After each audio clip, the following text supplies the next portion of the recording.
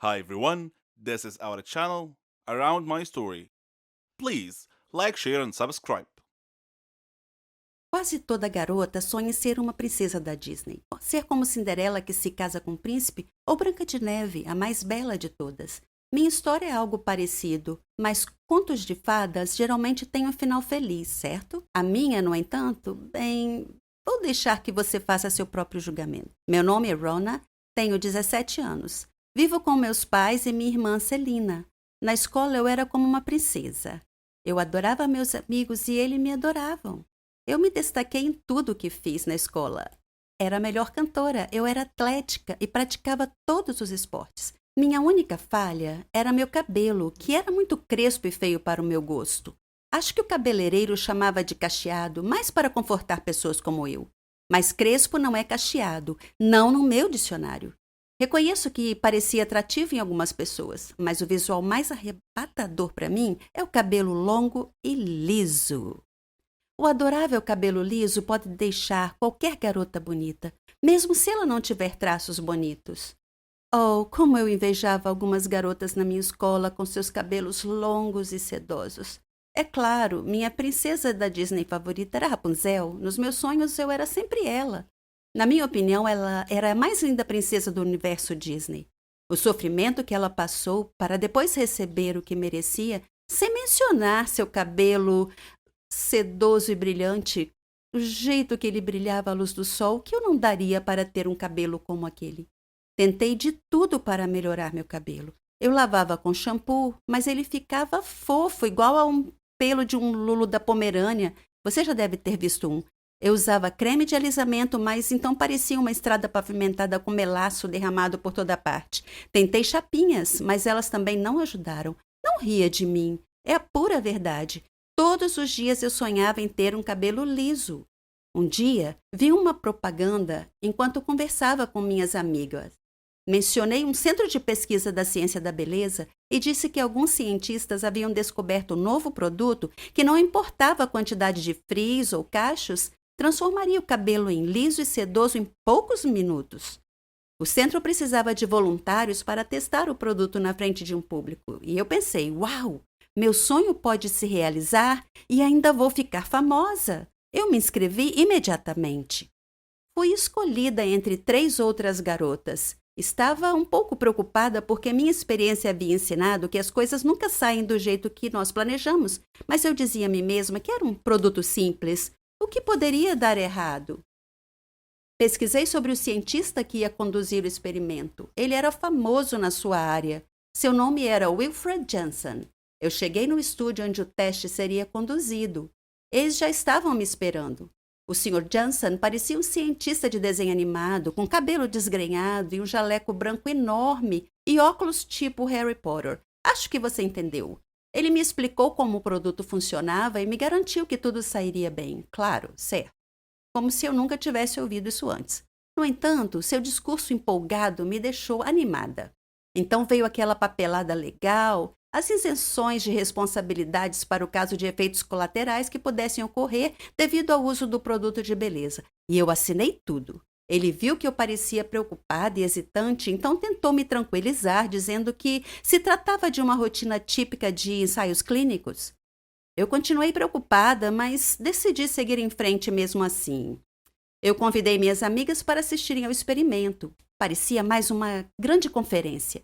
Além do Mr. Johnson, havia jornalistas, fotógrafos e outros 2 médicos na sala. O Sr. Johnson explicou sobre o produto ao público. Eu fiquei fora do palco, esperando para ser chamada.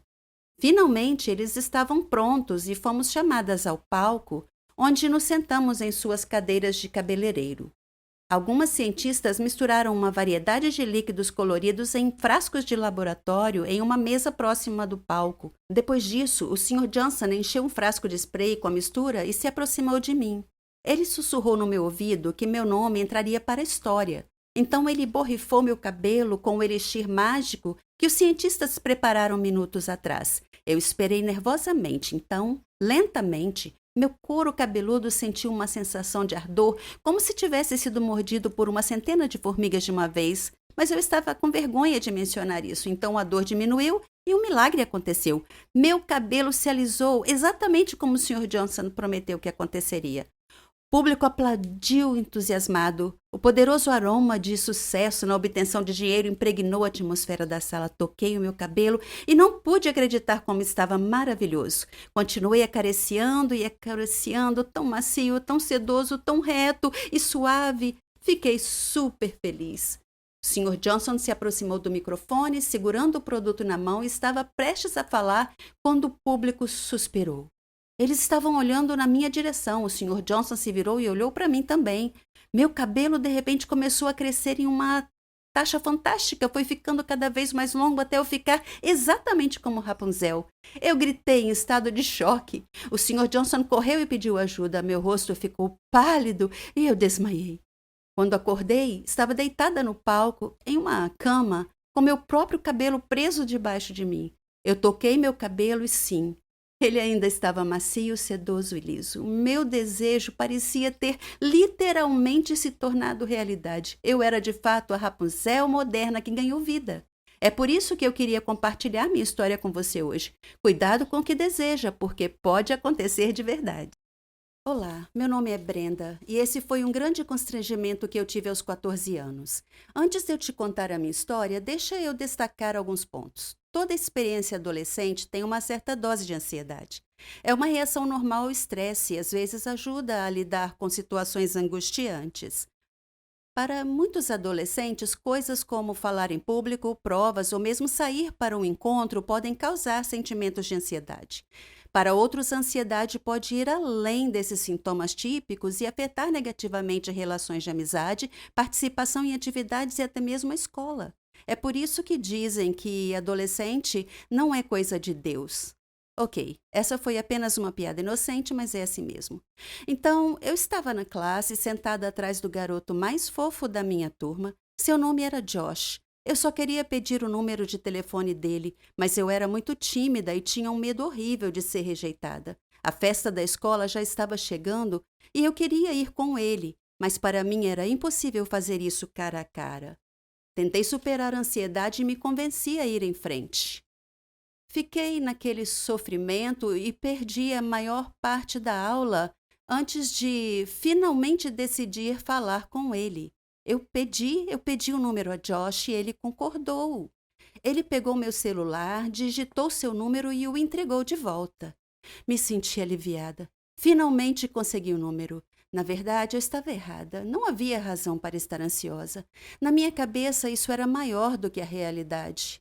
Foi bom perceber que não havia por que estar ansiosa. Eu fiquei por nada, só para enfrentar e conseguir o número. Cheguei em casa mais tarde aquele dia e estava tão empolgada em ligar ou mandar uma mensagem para Josh. Como sou socialmente estranha, decidi enviar a mensagem, mas ela não foi entregue. Chequei o número e vi que havia os dígitos 190, o que indicava que ele tinha me passado o número errado. Talvez ele quisesse me evitar. De repente percebi que havia agido de forma estranha com ele. Eu nunca tinha interagido com ele antes de pedir o número. Não existia relacionamento entre nós. Então foi muito estranho. Eu bati nos ombros dele durante a aula e pedi o número. Não houve nada sutil ou mesmo normal sobre como eu agi. Não foi nada ofensivo, mas foi estranho. Socialmente inapropriado, além disso, condenado ao fracasso. O encontro foi doloroso, mas acho que aprendi algumas lições sobre como socializar adequadamente. Eu também aprendi que é super fácil não entender os sinais que as outras pessoas dão quando estão ansiosas. Você está tão absorvido em si mesmo que não percebe as dicas. Olhando para trás, ele estava muito desconfortável com o meu pedido e deixou isso claro ao não sorrir e ao hesitar em concordar em digitar o número. Se eu tivesse saído da minha cabeça e prestado atenção, poderia ter percebido como ele estava agindo e como isso refletiria o que ele sentia por mim e por nossa interação. Isso me faz questionar o que é mais fácil, ter ansiedade funcional ou ficar presa em sua própria concha, paralisada por ansiedade. Pode ser o menor dos males, mas para mim essa experiência se transformou em um propósito e aumentou minha autoconfiança. Vejo isso como um passo, mas melhorar a autoestima e o valor próprio fará com que você funcione bem, sem ansiedade. E esse é o fim da história.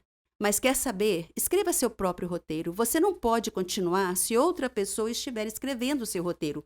Muitas crianças na escola se sentiam do mesmo jeito, elas não se sentiam bem. E eu não sabia por quê. As crianças vão se relacionar e isso é tão assustador que torna a ansiedade pior. É preciso saber que isso é normal e que não tem como saber a não ser que você vá. Sim, superar a ansiedade não é tão fácil. Vencer o que eu chamo medo da vida me custou anos e eu aprendi da pior maneira. E agora, a piada sobre não ser de Deus faz sentido? Eu sou o Matthew, 21 anos, e devo contar-te uma coisa. Eu sou um louco. Preciso de tratamento, mas que tratamento existe para o meu tipo de loucura? Vês à tua frente um homem com roupas rasgadas que está sempre a falar sozinho. Eu era médico, mas deixei a medicina para me dedicar à aromatologia. Se por acaso te questionas, a aromatologia é o estudo das fragrâncias, tais como os perfumes das flores e como afetam as pessoas. Deixa-me contar-te a minha história. Os meus pais estavam muito orgulhosos de mim porque eu era inteligente, reconhecido e muito respeitado na universidade. Obtive notas altas em todos os cursos que fiz. O meu pai queria que eu entrasse para a faculdade de medicina porque sempre sonhou que eu me tornasse médico. E eu sentia que não lhe podia negar isso. Os meus pais deram o seu melhor para me fazerem feliz e para me ajudarem a realizar o sonho do meu pai. Mas para ser honesto, a medicina, a engenharia, as artes, nenhuma delas me interessou de todo. Elas não eram o meu sonho. Eu adorava flores e as suas fragrâncias, como a rosa e a madressilva. Eu extraía delas fragrâncias e dava-as como presentes aos meus amigos e família. Todos eles gostavam muito destes presentes aromáticos. O meu grande dilema era que tinha de encontrar uma forma de dizer ao meu pai que preferia estudar botânica, plantas e aromatologia, fragrâncias, em vez de medicina. Eu sabia que ele ia pensar que eu era louco por desistir do nobre estudo da medicina para trabalhar com flores, mas o que posso eu dizer? Eu adoro flores e fragrâncias desde que era pequenino. Sempre fui fascinado por flores e fragrâncias exóticas. Aprender a fazer fragrâncias a partir de flores exigiu que eu conhecesse muitas pessoas que trabalhavam nesta área. Um dia tive de enfrentar um momento que receava, porque os meus pais tinham organizado um grande encontro para celebrar o meu sucesso na universidade e a minha entrada na Faculdade de Medicina. O meu pai pediu-me para contar todas as minhas ambições enquanto médico. De repente, soube que tinha chegado o momento em que precisava de fazer o anúncio chocante para os meus pais. Disse aos presentes que tinha decidido que ser médico não era para mim e que ia mudar a minha área de estudo. O meu pai olhou para mim com um olhar espantado e depois começou a rir. Pensava que estava a brincar. Depois dirigi-me para eles e disse: "Pai, não estou a brincar, estou a falar a sério. Quero estudar flores e fragrâncias semelhantes aos presentes que já vos dei antes." Todos ficaram subitamente muito calados. Conseguiram sentir que esta era uma epifania para os meus pais. O constrangimento e o choque no ar eram palpáveis. O pai olhou para mim e disse com um sorriso afetado: "Matthew, tu nasceste para ser médico. Esquece todo este disparate da porcaria das flores." Um pouco irritado, eu disse: "Pai, extrair fragrâncias de flores não é porcaria." O pai disse: "Bah, esquece isso." O espírito da festa foi de certa forma dominado após esta conversa desagradável. Independentemente disto, em respeito para com o meu pai, comecei a estudar medicina, mas a maior parte da minha energia e atenção foi direcionada para as flores e as suas fragrâncias. Por vezes passava tempo com os meus amigos médicos e outras vezes com os meus amigos da aromatologia que tinha conhecido anteriormente. Passei o meu primeiro ano na Faculdade de Medicina. Alcançava grandes notas como de costume, mas não tinha paixão por aquilo. Não me entusiasmava nem me interessava. Chegou um dia em que me fartei dos estudos médicos e já não aguentava mais. Por isso decidi deixar a Faculdade de Medicina para me dedicar à minha verdadeira paixão, flores e fragrâncias. Quando contei ao pai a minha decisão, ele ficou muito chateado, chamou-me nomes e acusou-me de ser louco, maluco, lunático. Voltei a dizer que não tinha qualquer interesse em medicina e afirmei que a verdadeira loucura estava em permanecer numa área que realmente não gostava nada. Saí de casa e fiquei com um amigo durante algum tempo, antes de finalmente alugar e mudar-me para um pequeno apartamento. Enfrentei muitos obstáculos no início, mas não desisti. Montei um viveiro onde plantei algumas flores e cuidei delas. Estava a trabalhar num tipo raro de fragrância, extraída de uma variedade de flores. Tive de viajar para obter estes espécimes. As fragrâncias dos meus produtos não foram bem sucedidas no início, mas persisti. Inicialmente, ofereci os meus produtos perfumados a várias fábricas, mas todas recusaram a minha oferta. Por isso, continuei com os meus estudos. Trabalhei em muitos lugares diferentes. À noite, passava todo o meu tempo livre a fazer as minhas experiências. Com o tempo, fui ficando mais experiente na produção de fragrâncias únicas. Um dia, recebi um telefonema de uma fábrica famosa. O proprietário da fábrica disse-me que poderia estar interessado em trabalhar comigo, por isso enviei-lhe umas amostras do meu trabalho e estas encantaram-no. E eu fiquei encantado por ele estar encantado. Assim começou a fase lucrativa do meu novo empreendimento. Comecei a ganhar um rendimento decente e acabei por ser minimamente bem-sucedido. Passado algum tempo, liguei para o meu pai e pedi-lhe que me perdoasse. E ele perdoou-me, percebendo finalmente que as minhas paixões não eram necessariamente as suas paixões e que eu devia dedicar-me àquilo de que mais gostava. Tenho agora a minha própria fábrica. No fim das contas, realizei o meu sonho. O meu conselho para ti é que nunca desistas de ires atrás dos teus sonhos. Com persistência, serás um dia bem-sucedido. O que dizes? Fui um louco por desistir da medicina e estudar aromatologia? Fui um louco por desistir da medicina e estudar aromatologia? Você sabe, a verdade é mais estranha que as ficção às vezes, especialmente se você tiver um segredo sombrio em sua vida que poderia colocá-lo em perigo se fosse exposto. Esse era o meu caso e essa é a minha história. Meu nome é Charlotte e tenho 17 anos. Vivo com minha mãe. Meu pai faleceu antes de eu nascer, então minha mãe me criou sozinha. Minha mãe sabia tudo sobre mim, meus estudos, meus amigos. Ela tinha algumas regras que eu tinha que seguir. Comer fora era proibido, não podia ter novos amigos a não ser que ela soubesse tudo sobre eles primeiro. Eu pensava que essas regras eram uma paranoia e eu perguntei a ela por que tantas restrições às minhas amizades. Ela respondia simplesmente: você não pode confiar nas pessoas hoje em dia. Mas aquela não era uma resposta satisfatória e quando eu perguntava o que aquilo significava, ela não dizia mais nada. À medida que eu crescia, essas regras me intrigavam ainda mais. Eu não conseguia evitar pensar que tudo isso tinha a ver com meu pai, de quem eu não sabia nada. Minha mãe sempre dizia que ele era problemático e que eu saberia de tudo com o tempo. Nas férias, eu me juntei a uma banda. Nós fazíamos muitos shows. Era a melhor. Eu era boa instrumentista e boa cantora. Quando nós acampávamos, conhecíamos estudantes de outros países. Nós fizemos muitos novos amigos e nos divertimos muito juntos. Tivemos ainda a chance de aumentar o sucesso e a reputação da banda. Depois da nossa primeira performance no acampamento, uma garota asiática se aproximou e me abraçou, dizendo: Charlotte, eu sinto tanta saudade de você. Pega de surpresa, eu perguntei: eu te conheço? Ela me surpreendeu dizendo: você não me reconhece? Eu sou a Mary, sua amiga. Eu sorri e respondi: você deve estar enganada, eu não te conheço. Após insistir que realmente era minha amiga, ela se desculpou e foi para junto de seus amigos. Estranho. Embora agora, ao pensar sobre isso, muitas vezes tenho a sensação estranha de que alguém estava me observando em todos os lugares que ia. Tentei me livrar desse sentimento em muitos momentos, mas nunca consegui. Sempre dizia para mim mesma que devia ser minha imaginação. Naquela noite, fomos todos a um passeio na floresta. Estava escuro e eu meio que me separei do grupo e me vi sozinha, cercada por árvores. Chamei pelos meus amigos, mas ninguém me ouviu. De repente, eu esbarrei em alguém. Parecia uma garota, e eu me desculpei. Quando me virei para vê-la, eu fiquei chocada em ver a mim mesma, ou uma cópia de mim. Eu parecia estar olhando para mim mesma em um espelho. Quem é você? Eu perguntei. Eu sou Charlotte, ela respondeu. Isso é impossível. Eu sou Charlotte, eu afirmei com toda certeza. Você está com a gente aqui no acampamento? Sim, ela respondeu. Eu perguntei a ela o caminho de volta, ela apontou em uma direção e nós retornamos. Enquanto andávamos, o telefone dela tocou. Era o pai dela. Ele estava preocupado com ela e queria ter certeza de que tudo estava bem. Chegamos às nossas barracas sem nenhum incidente e eu disse: foi muito bom te conhecer, Charlotte. Nos vemos amanhã? Senti uma forte conexão com aquela garota sem motivo algum. Então percebi que tinha esquecido minha bolsa e voltei para pegá-la. Novamente senti que estava sendo observada. De repente, algo atingiu a minha cabeça. Quando eu acordei, estava sentada em um carro cercado de pessoas usando óculos de sol. E eu estava apavorada. Quem são essas pessoas? Eu exigia saber. E o que vocês querem de mim?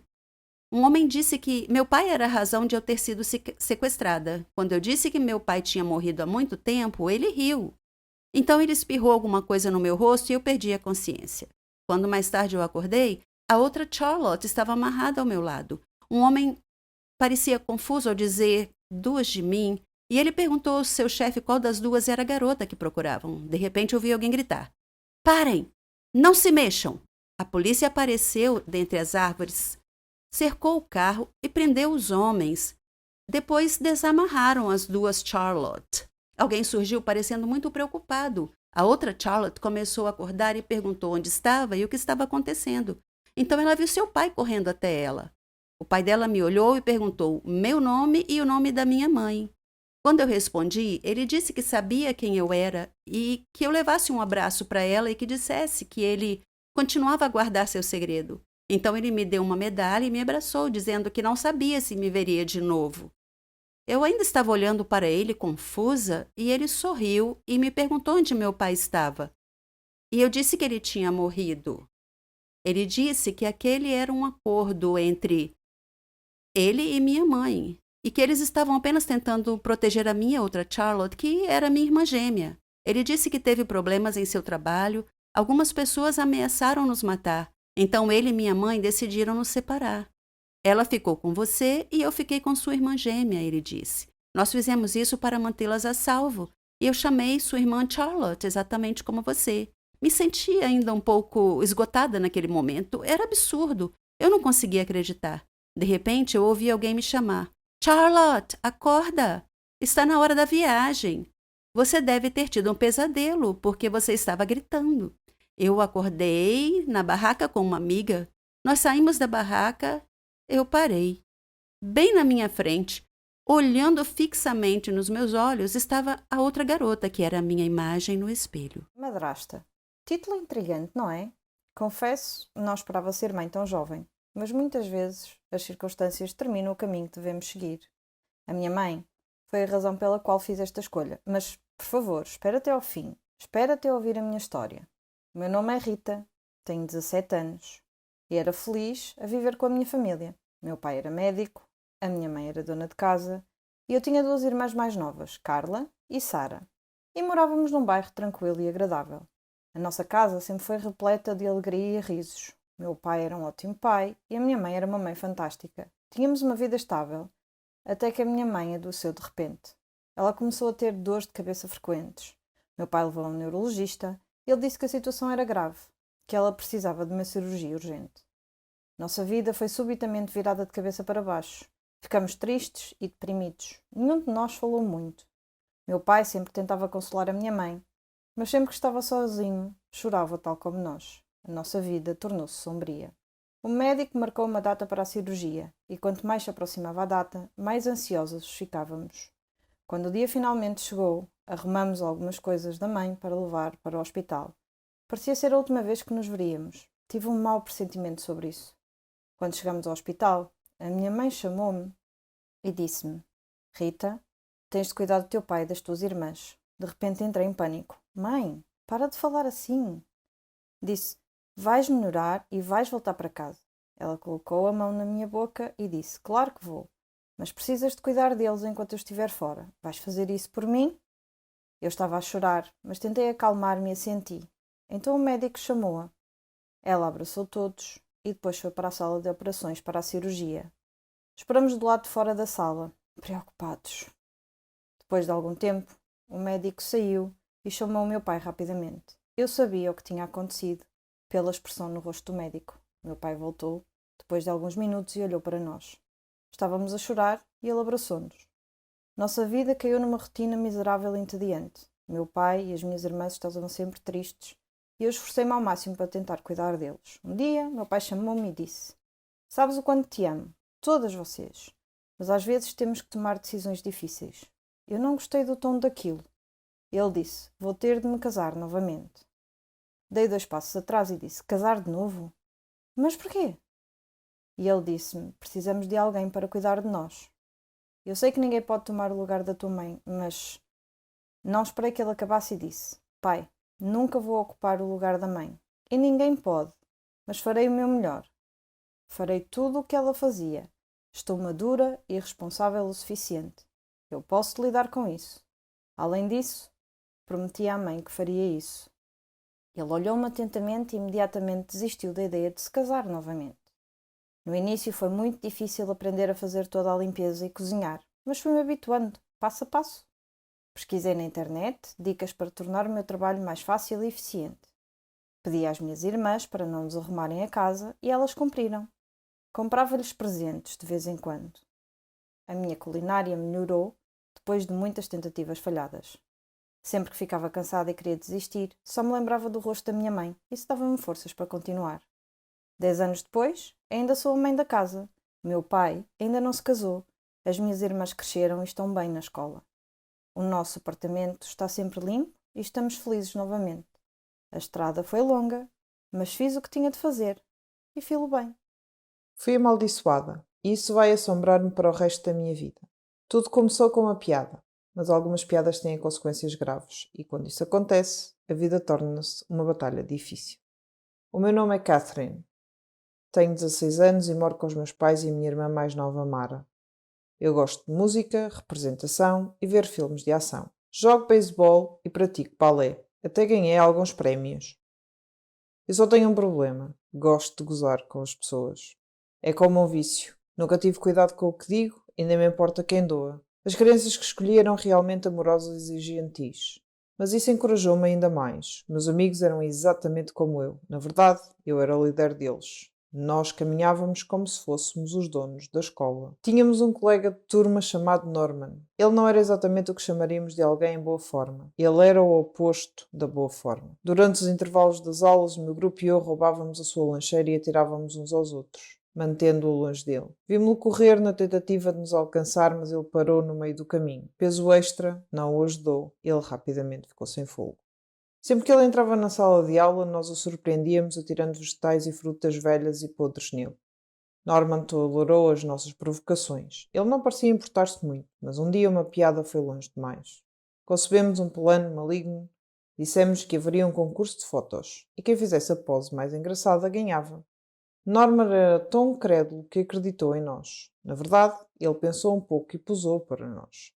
Fizemos o possível para não desatar as gargalhadas enquanto tirávamos fotos dele. No dia seguinte, quando ele chegou à escola, Norman descobriu que as suas fotos da sessão tinham sido afixadas nas paredes da sala de aula. E as crianças riam, escrevendo comentários por todo lado. Norman ficou mortificado e olhou para os rostos dos seus colegas. Todos se riam e apontavam para ele. Norman começou a chorar, seu nariz começou a sangrar, então desmaiou.